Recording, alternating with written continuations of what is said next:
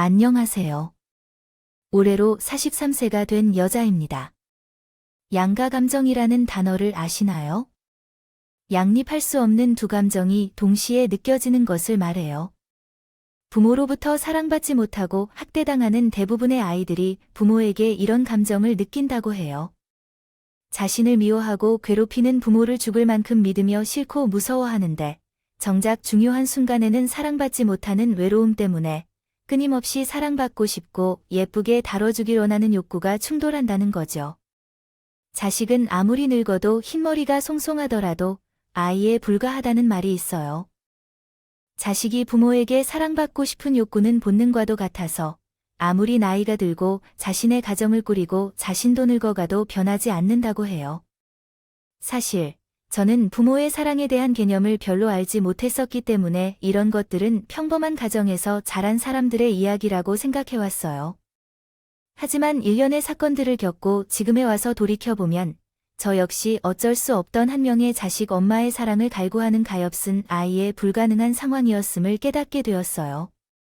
모든 일은 끝나고 말았지만 저의 상처 입은 마음은 이제 어떻게 간호하고 살아가야 할지 고민되는 요즘이에요. 제 슬프고 답답한 이야기에 귀 기울여 주실 수 있나요? 우리 엄마는 소위 노름꾼이라 불리는 분이었습니다. 우리 어린 시절의 기억은 노름판분이었던 이 동네, 그 동네 속에서 소위 판이 벌어지는 곳을 따라 다니며 살았지요. 그런 엄마를 따라 그런 곳에서 먹고 자야 했습니다. 흔히 말하는 집도 없는 그런 인생이었던 거라고요. 노름판에서는 매일같이 도박과 함께 술판이 열렸고 온갖 인간 군상을 제대로 말할 수 없었던 어린 시절부터 보며 살아왔습니다. 가끔 엄마를 따라와 밥도 제대로 못 얻어먹었고 차가운 그곳 바닥에서 거적되어 자야 했죠. 불쌍히 여긴 어른들은 밥을 사주거나 담요를 주기도 했지만 그런 온기는 순간일 뿐이었어요. 아빠의 얼굴은 전혀 모른 채 오히려 엄마는 아빠에 대한 언급 자체를 하지 않았습니다. 어린 시절이라 기억이 흐릿할지 몰라도 어려운 시절을 온몸으로 겪은 나는 그때의 기억을 절대 잊지 못할 것이다. 엄마를 따라 다니던 팔도 판에서 떨어져 나온 적도 있었다. 하지만 올해는 도저히 그곳에 다시 갈 수 없었다. 초등학교에 입학했을 때 그때쯤 이야기가 벌어지는 것 같다. 엄마는 나를 길 가운데에 버리고 사라져 버렸다. 사람 한 명도 없는 산길 위에서 나도 이제 어느 길로 가야 할지 알 수 없었다. 단속을 피해 자주 이사를 다녔던 그곳은 새로운 시작을 의미했다. 6살 어릴 때 처음 가본 길이었는데 나이가 들수록 생계에 더 많은 돈이 들어가고 아이를 유치원으로 보내지 않으면서도 일정한 거주지가 없어 전국 각지를 배회하며 살아야 하는 것이 아니었을까 생각해본다. 향하는 손가락질과 눈길이 부담스러웠을까요? 엄마에게 떠돌아다니기 위해. 부모로서의 애정이라고는 눈꼽만치도 담기지 않은 얼굴로 무덤덤한 목소리로 그렇게 말했어요. 말을 한 후에도 엄마는 대답 없이 우뚝하게 서 있는 나를 두고 유유히 또다시 노름을 하려고 암담한 산길을 오르기 시작했고 나도 구태여 엄마를 붙잡아 보거나 따라가지 않았어요. 엄마를 부르지도 않았죠. 어린 마음 속에서도 언젠가는 이런 일이 올 줄 알고 있는 것 같았어요. 제가 엄마의 말을 잘 듣지 않거나 고집 부리는 때면 내가 언젠간 저것을 길바닥에 두고 가려고 했었다. 그러던 엄마의 목소리가 내 귀에 박혀 있었었다. 엄마는 나를 당연한 존재로 여기듯이 자연스럽게 떠나고 나 또한 버림받는 것이 당연한 것으로 여겼다. 그렇게 가로등 하나 없는 어둡고 외로운 산길을 다시 올라왔다. 그리고 나를 괴롭게 했다며 자신을 귀찮게 한다거나 솔직히 말해 나도 술과 담배 냄새가 찐 듯한 곳으로 다시 돌아가고 싶지 않았다. 경찰은 아무 말도 없는 나에게 진심이 없는 듯한 표정을 짓는데 무슨 충격적인 사건이 있었나 의심스럽게 나를 중심으로 둘러보며 수색했지만 당연히 사건이나 사고의 흔적은 찾을 수 없었다. 부모님과 함께 살던 것을 할 수 없었고 그 결과 저는 그렇게 보육원으로 가 삽게 되었습니다. 역시나 제가 생각했던 것처럼 보육원은 차라리 엄마와 함께 살아가는 환경보다 훨씬 수백 수천 배나 더 안락하고 편안했어요. 보육원에서 새로운 이름을 받은 저는 어느 순간부터 난 새 사람이 된 거야 하는 생각이 들었던 것 같아요. 과거에 나는 완전히 소멸되고 없는 존재였고 이 보육원에 들어온 순간부터 새롭게 태어난 것이라고 말할 수 있죠. 그런 생각을 하게 된 때부터 정말 악착같이 살았어요. 공부할 기회를 얻지 못한 상황에서도 보육원장님의 허락을 받아 중학교 시절부터 아르바이트를 해 돈을 벌기 시작했습니다. 시작했어요. 전단지 아르바이트부터 신문을 배달하고 우유를 배달하는 일까지 정말 할 일이 없는 일이 없었죠. 국경일이 다가올 때면 길거리에 나가서 노점을 치기도 했고 태극기를 판매하기도 했어요. 추운 겨울에는 군밤과 군고구마를 파는 일도 했죠. 제가 있던 보육원은 시골에 있었는데 옷가게를 나가려면 읍내로 나가야 했어요. 읍내로 나갈 때마다 꼭 옷가게에 들러서 괜찮은 옷을 여러 벌 구매한 뒤 수선을 해서 몇천 원이라도 더 받고 팔기도 했죠. 예쁘게 수선이 잘 된 것은 10,000원 이상도 받을 수 있었어요. 보통 수선화 같은 옷은 읍내에 다시 나갈 때 노점을 열어 팔았지만 선생님들이나 가끔씩 자원봉사하러 오시는 분들이 사주시기도 하고 근처 수녀원에서 바자회를 할 때 내놓기도 하고 정말 돈을 벌 수 있다면 온갖 수단을 다 동원했던 것 같아요. 학생 시절에는 남들이 다 아는 공부는 안 하고 돈을 버는 데에 미쳐 살았던 것 같아요. 보육원에 있는 다른 아이들 중에 공부의 끝을 보는 아이들은 꼭 공부해서 성공해서 서울대나 고려대 같은 곳에 가서 멋진 직업을 얻고 당당하게 어깨를 펴고 부모님을 찾을 거라고 말하는 아이들도 있었지만요. 저는 그런 말을 하지도 않았고 기대도 하지 않았어요. 그런 아이들은 부모님이 가난이나 여러 사정으로 인해 피해 못하게 되어 자기들을 버릴 수밖에 없었던 것이라 생각하는 것이겠지만 저는 엄마에게는 그런 사정 같은 건 없었다는 걸 너무나 잘 알고 있었으니까요. 그 조망만한 아이가 살아보겠다고 악물고 아등바등한 것이 경험이라고 할 수 있을지 모르겠지만 어쨌든 그 덕분에 저는 19살쯤 돼서 꽤 많은 돈을 모을 수 있었어요. 보육원에서는 돈 관리도 모두 선생님들이 해주시기 때문에 제 마음대로 못 썼던 것도 있지만 저는 무언가 살고 싶은 게 있어서 돈을 모은 것이 아니라 돈을 모으는 것 그 자체가 목표였기에 선생님께 무언가를 사고 싶어 한다면 특별한 허락 없이도 사용해도 된다는 허락을 주셨다. 그러나 제가 사용하지는 않았습니다. 20살이 되면 보육원을 나가야 하는 것은 그때나 지금이나 마찬가지였어요. 현재는 그래도 자립지원금을 받아 몇십만 원 정도의 방보증금을 지원받는 경우도 있고 디딤 통장이라는 것도 있다고 하지만 제가 어렸을 적에는 그런 것이 없었으며 혼자서 외로운 삶을 살아야 했던 아이들이 많았다. 때문에 제 동년배인 보육원 친구들은 보육원을 나가면 어떻게 먹고 사는지를 걱정하여 잠 못 이룬 밤을 보낸 적이 많았지만 저는 이미 모아둔 돈이 풍족해서 당분간 음식에 대해 걱정할 필요가 없어졌기 때문에 근심 걱정이 없을 수 있었죠. 보육원 선생님들 또한 정말로 나아가서 부럽지 않게 잘 살 거라고 하시면서 제게 응원을 아끼지 않으셨어요. 제가 다녀온 보육원은 원장님을 엄마라고 불렀는데 엄마가 앞날을 눈앞에 둔 제게 이렇게 말씀해 주셨어요. 지희야, 내가 여기서 떠나 너 자신의 삶을 살게 된다 해도 너의 집은 여기고 난 내 엄마잖아. 언제든지 힘들거나 지칠 때, 가족이 그리워질 때는 이곳으로 돌아와 찾아와도 꼭 연락하고 퇴소한다 해도 우리 인연이 끊어지지 않는다는 거예요. 반드시 자주자주 연락해도 좋으니 안부는 꼭 전해주세요. 그렇게 하면 제 마음이 편할 것 같아요. 원장님의 다정함에 감격해서 마음이 흐뭇해졌어요. 이야기를 들으면서 잠시나마 눈물을 흘린 것 같아요. 사회로 나와서는 오랫동안 모아뒀던 돈을 털어 방을 얻고 조그맣게 의류 사업을 시작했어요. 사실 사업을 시작했다고는 해도 처음에는 크게 시작한 것은 아니었지만 고등학교 때 구제 의류를 수선해 팔던 경험이 있어서 의류 시장 쪽은 다른 소매인들보다 조금은 빠르게 적응할 수 있었어요. 빠르게 판로를 개척하며 애를 덜 먹을 수 있었던 것 같아요.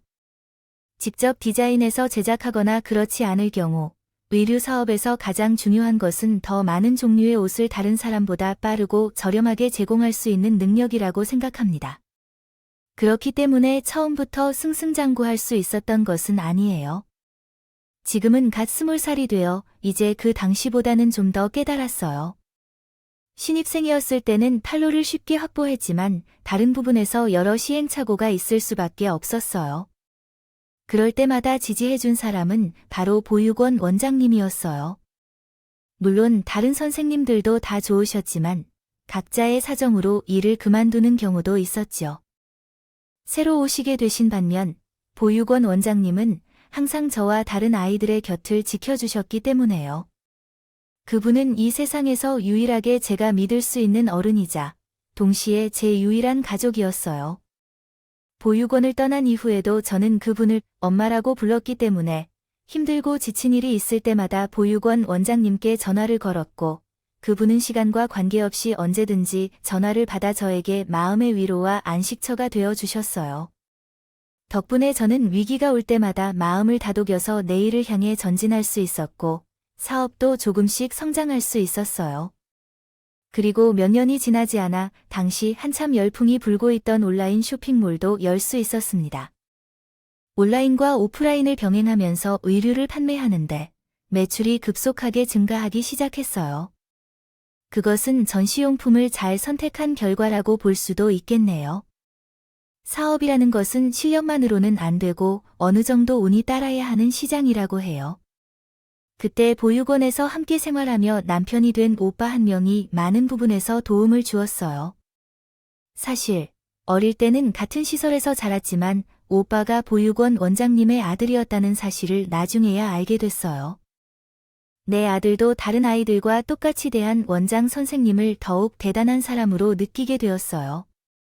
그 원장 선생님은 제 선생님에서부터 엄마로 더 가까운 가족인 시어머니로 한 걸음 더 나아간 기분이었고 그로 인해 엄마와 남편 둘 다 소유한 기분도 들었어요. 원장님은 남동생과 본격적인 결혼을 결정한 후 결혼 준비를 시작할 때 조심스럽게 이야기를 나눠주셨어요. 물론 그의 마음을 믿고 원망할 이유는 없겠지만 그 찢어지는 마음의 고통은 나만 알 것 같아요. 그래도 아무리 그래도 넌 내 유일한 가족인데 지금서야 엄마를 찾아보는 것은 어떨까요? 처음에는 집이 어디에 있는지조차 기억하지 못한다고 주장하더군요. 경찰이나 보육원 선생님들은 제 상태를 보고 제가 어딘가 문제가 있는 아이로 생각했었습니다. 6살이나 되었지만 부모님의 이름을 제대로 말하지 못하는 것은 말이 안 되는 일이었습니다. 보육원 생활에 적응하고 살아가며 원장님은 말씀은 하지 않았지만 대충 눈치를 채고 있는 것 같았습니다. 제가 말을 못하는 것은 정말 몰라서가 아니라 사실은 부모를 찾고 싶어 하지 않는다는 점입니다. 원장님이 이제 와서 이야기하는 것은 아마도 저도 이미 충분히 과거의 아픔을 극복하여 어른이 되었기 때문이겠죠. 제가 좀 예민한 목소리로 말하며 제게는 가지고 온 오빠와 원장님이 있게 되었습니다. 유일하단 걸 말했을 뿐이었는데 그렇게 까칠한 반응을 보일 줄은 몰랐던 것 같더라고요. 원장님이 난처한 표정을 지으시며 그래, 하지만 지인이 마음이 제일 중요하잖아요. 난 그냥 혹시나 해서 해본 말이었어요. 가족이 많으면 많을수록 좋잖아요. 마음대로 해, 하고 말씀하셨어요. 저는 엄마를 용서할 생각도 할 수 있을 정도로 마음이 넓은 사람이 아니었어요. 어린 시절의 기억들을 아직도 생생하게 떠올릴 수 있을 정도로 6살까지의 삶은 외로움과 배고픔의 연속이었고 그런 기억들을 모두 날려버릴 수 없는 한 엄마를 다시 사랑할 일은 없을 것 같았어요. 다만 그래도 엄마가 버리고 간 딸이 어떻게 잘 컸는지 얼마나 잘 살고 있는지를 보여드리고 싶었어요. 당당하게 어깨를 펴고 당신 없이도 난 잘 살고 있다고 소리치고 싶었죠. 사실 지금 생각해보면 이마저도 엄마에게 인정받고 내 존재를 확인받고 싶은 인정 욕구가 아니었나 싶어요. 우습죠. 저에게 사랑이라고는 한 톨도 주지 않는 사람을 그래도 낳아준 부모라고 지금까지도 가슴에 품고 산다니요. 그래서 저는 엄마의 이름과 성과 나이를 가지고 엄마를 찾기 시작했어요. 엄마를 찾는 것은 생각보다 어렵지 않았습니다. 하지만 제 예상을 크게 벗어나지 않고 여전히 밑바닥 인생을 사는 엄마는 여전히. 저는 노숙자 쉼터에서 생활하고 있었어요. 노름판에서 모든 돈을 잃고 돈이 없으니 노름을 하지 못하게 되었습니다. 나이가 들어서 먹여주고 재워줄 남자도 없으니 노숙자로 전락해 노숙자 쉼터를 오가고 있었던 거죠.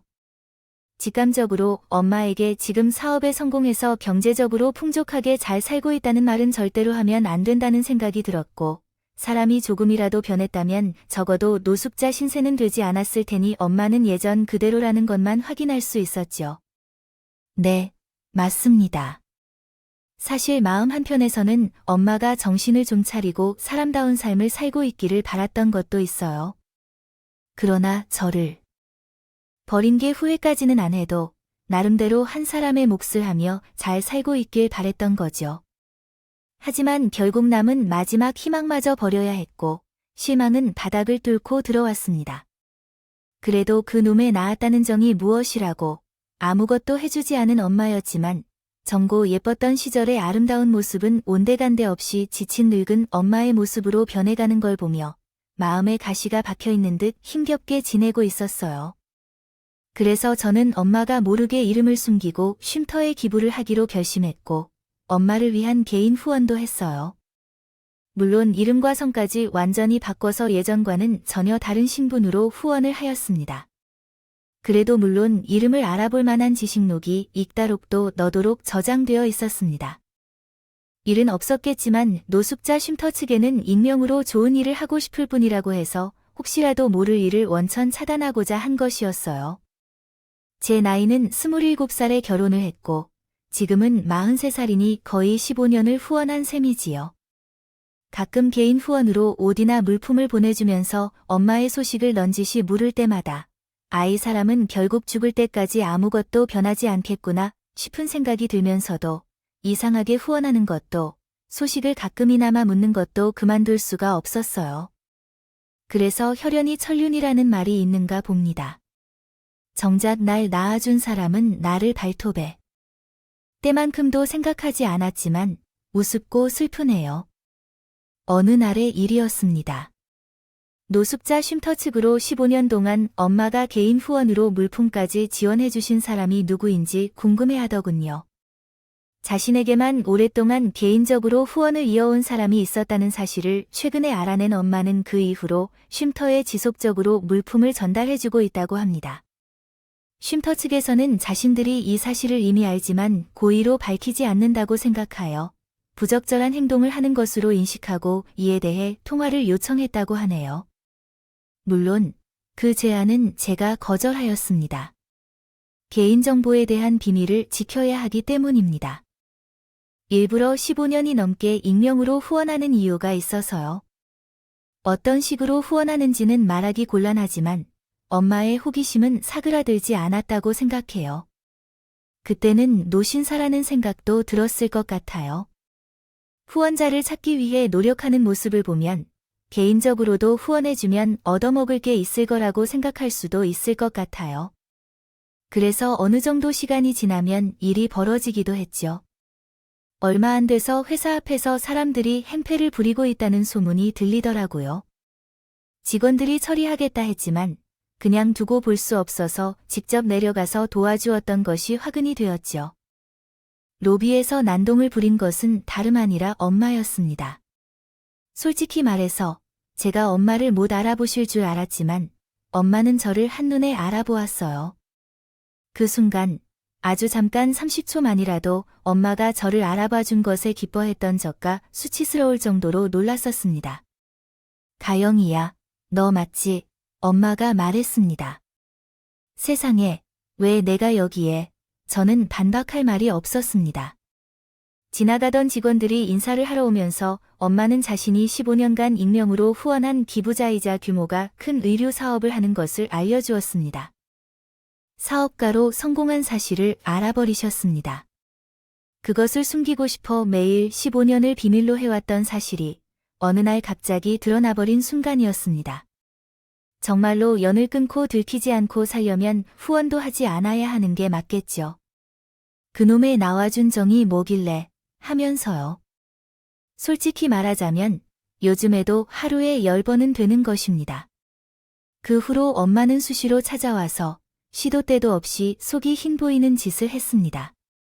제가 연락처를 가르쳐 주려 하지 않으니 매일 같이 회사 앞으로 찾아와 기다리기를 반복했죠. 아예요.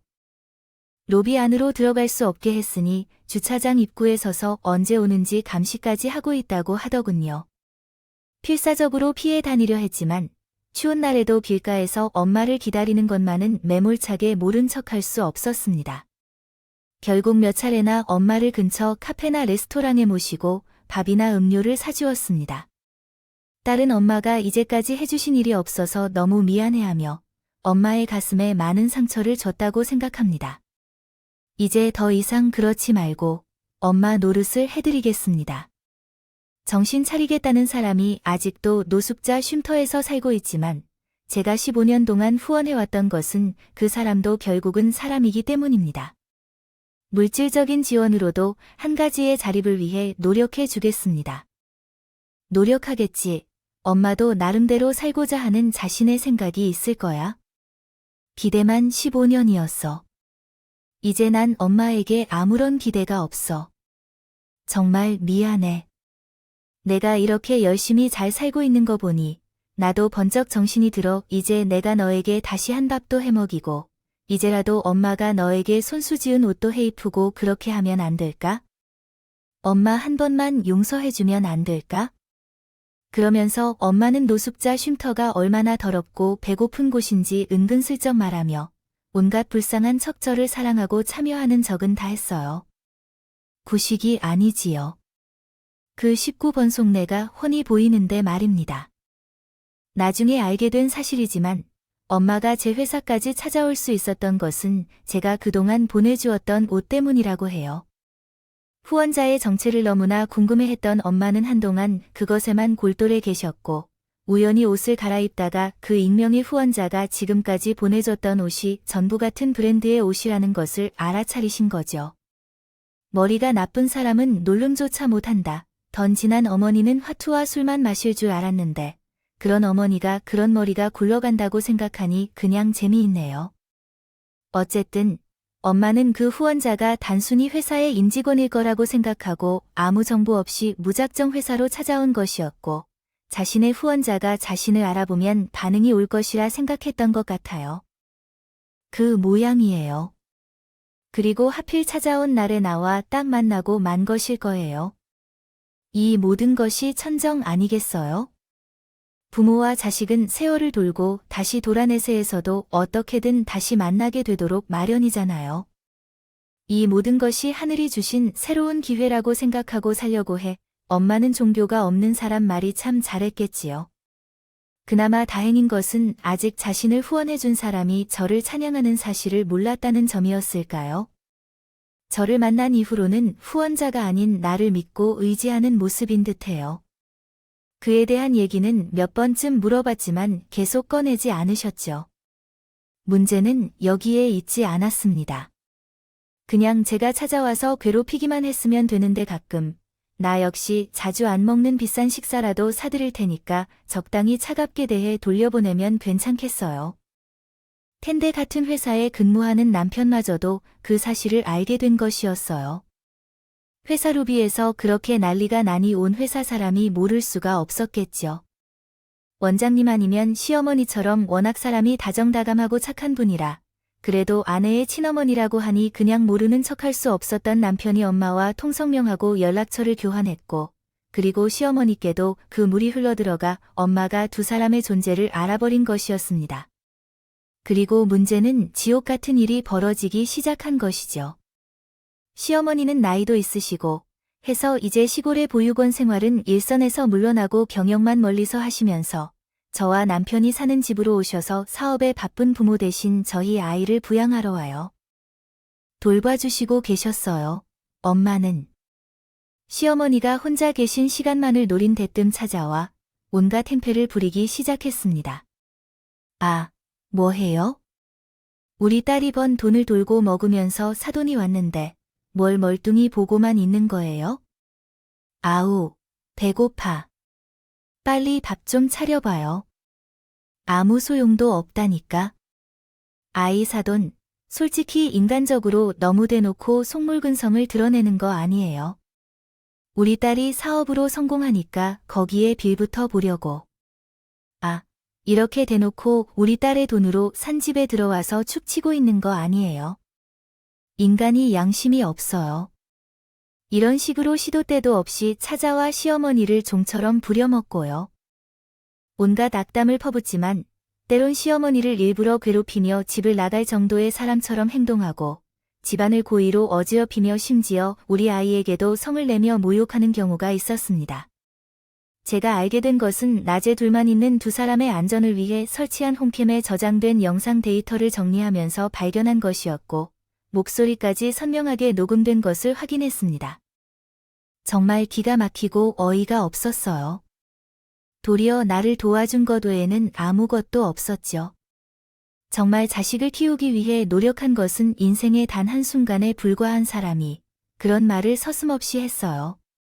도리어 피가 나눠진 자식이라는 이유만으로 어느 날 갑자기 남의 인생에 끼어들며 순수하게 내 노력으로 이뤄진 재산과 명성을 자기 것처럼 여기며 호시탐탐 어떻게든 빌부터 내 돈을 빼먹으려는 것은 엄마였답니다. 노숙자 쉼터가 너무 싫어서 이제는 그만 자립해서 잘 살아보고 싶지만 거기는 정신병자와 알코올 중독자만 가득해서 거기 있으면 멀쩡한 내가 미칠 것 같아요. 그럴듯한 집이라도 하나 있어야 직장을 구할 텐데 이력서에 거주지를 노숙자 쉼터로 쓰는 것은 부적절하겠죠. 숨이 빨리 차올라서 힘들게 되어 대중교통을 이용하는 지금 무릎과 관절도 좋지 않다. 경차라도 좋으니 차 한 대만 소유하면 소원이 없겠다. 그렇게 해서라도 행복하다면 이런 생각을 하고 있는데 어머니가 아쉽다고 찾아와서 돈을 달라고만 하는 사람이 된 것이 나는 너무 알고 있었어요. 쉼터에 후원한 물품을 걸고 노래를 해서 다 잃어버렸다는 것을 잘 알고 있었어요. 언니가 모든 일을 확인한 유일한 건 나야. 참지 말고 말씀하세요. 왜 이런 수모를 당하고 살아요? 어머니가 뭘 잘못한 게 있으시다고요? 제가 말했잖아요.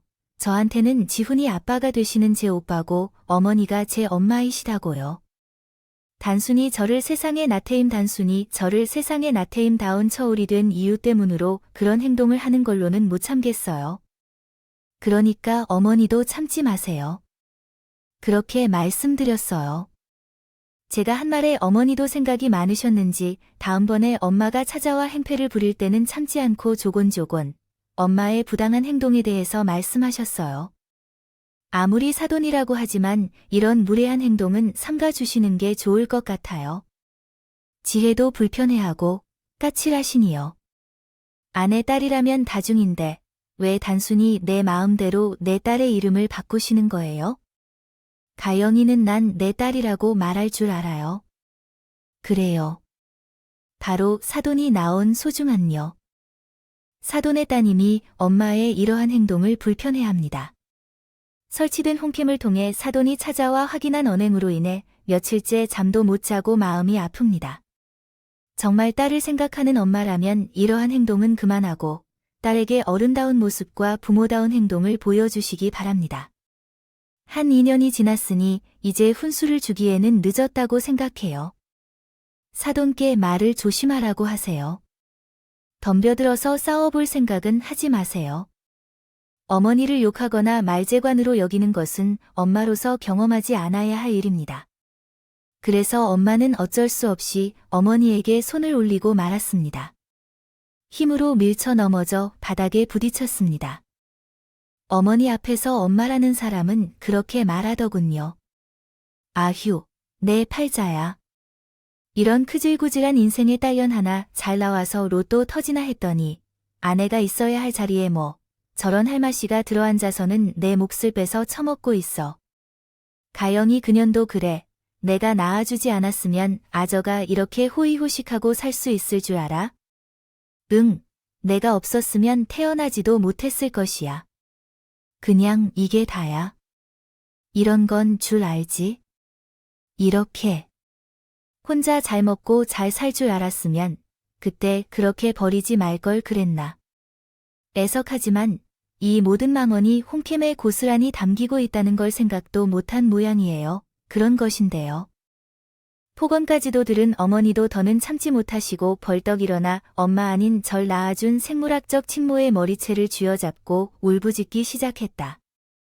어떻게 그런 말을, 어떻게 자기 딸한테 그런 말을 할 수 있어? 사람이 사람이면 그렇게 살지 말아야지. 짐승도 제 새끼는 돌볼 줄 알아. 이 짐승만큼도 못한 거사. 막상 힘으로 어머니를 못 당해 놓고 그 여자는 머리채를 잡힌 채로 끌면 끌리는 대로 흔들면 흔들리는 대로 휘둘렀어요. 그리고 어머니는 그 여자를 바닥에 내동댕이 치고는 세상 누구보다도 서럽고 억울한 목소리로 그동안 숨겨왔던 제 과거와 이야기들에 대해 말씀하시기 시작했죠. 사실 엄마는 그저 차마 막연히 자신이 버린 뒤에 보육원에서 생활했을 것이라는 사실 정도만 알고 있었기 때문에 저는 제가 살아온 삶에 대해 전혀 말한 적이 없었습니다. 나는 누군지 알아낼 것이다. 나는 바로 20살까지 보육원에서 지낸 지희의 원장이었다. 나는 37년 동안 지혜를 진정한 연이자 귀여운 엄마처럼 키워냈고 나 자신을 낳은 셈이다. 부모와 자식은 세상을 돌아보기도 하니까 어머니나 아버지로서 사는 사람들 사이의 관계는 천지 차이다. 너 또한 마찬가지야. 나에게 어떤 일이 일어났는지 마을 사람들은 알지 못하기 때문에 그렇지만 당신의 얘기는 분명히 있을 것이라고 생각해. 그러나 사람은 배우고 딸에게 선을 보이면 아버지로서 배려하고 살피려고 했지만 아이고, 제 정체성이 없어서 어떻게 해야 할지 모르겠어요. 그렇게 말하며 어머니는 슬픔에 참지 못하셨는지 바닥에 주저앉아 울기 시작했습니다. 내가 그랬어. 내가 그랬어. 나와 함께할 어머니를 찾아보자고 말만 안 했어도 평생 제 어머니가 이런 비천한 사람인지 모르고 살 수 있었는데. 그래도 하늘 아래 어디선가 어머니가 이해하고 행복하게 살고 있을 것이라고 희망이라도 가질 수 있었을 텐데. 아이고, 불쌍한 지희야. 가이분의 딸이에요. 그래서 어머니께서는 슬픈 목소리로 15년 동안 후원해주신 분이 당신의 딸이라고 하셨어요. 그리고 다른 사람이 아닌 저를 친엄마처럼 대해주신 분의 아들과 결혼한 것이거든요. 더구나 제가 15년 동안 쉼터에 기부하고 개인 후원을 해온 것을 알게 된 엄마께서는 망연자실하셨고 한참 동안 주저앉으시다가 갑자기 울기 시작하셨어요. 나는 오후에 일찍 퇴근하여 이 난장판을 보게 되었고 곧바로 모바일 홈캠에 연결하여 상황을 확인했고 더 넘어가거나 사실을 조사하지 않고 무릎을 꿇고 반복하여 우는 엄마를 경찰을 불러내어 보냈습니다. 경찰들은 나갈 의향이 없는 엄마를 제대로 밀어내었습니다. 양팔을 잡고 끌려나가다가 발을 헛디뎌 차가운 바닥에 털썩 쓰러졌을 때 37년 전에 제가 어둡고 추운 산길에 버려진 적이 겹쳐서 보일 때 눈물이 날 뻔했어요. 마음이 아파서였냐고요? 아니요. 통쾌해서였냐고요? 아니요. 끝까지 이러다가 제 마음을 아프게 만드는 그 여자에게 너무나 화가 나고 치가 떨렸어요. 그나마 한때만이라도 이 사람에게 딸에 대한 애정이 있을 것이라 믿었던 제가 너무나 어리석었어요. 저도 더 이상은 그 여자의 허상 같은 애정도 그 여자에 대한 신라 같은 그리움도 모두 버릴 수 있게 되었습니다. 그 여자는 진정성 있게 참여했다는 듯이 엄마 역할을 하겠다며 음식이나 물건을 가지고 와서 신고 빌었어요. 하지만 지금 제가 40대가 되었음에도 가끔 그날 버림받은 악몽이 뚜렷하게 떠오르며 이제는 나이든 모습으로 그 여자가 나와 꿈속에서도 비밌는 악담을 쏟아내며 얼굴을 마주하고 싶지 않아 한다는 마음을 전했을 때 매번 얼굴을 보지 않고 무시하며 내쳤습니다. 그것이 한 달이 지나고 두 달이 지나고 석 달이 흐르자 더 이상 찾아오지 않았는데 이제는 포기했는지 그런 생각이 들기 시작했죠. 그래서 잊고 살자 했어요. 언제쯤인지 지난달쯤 쉼터 쪽에서부터요. 요즘에는 왜 기부도 후원도 없냐고 전화가 왔는데요.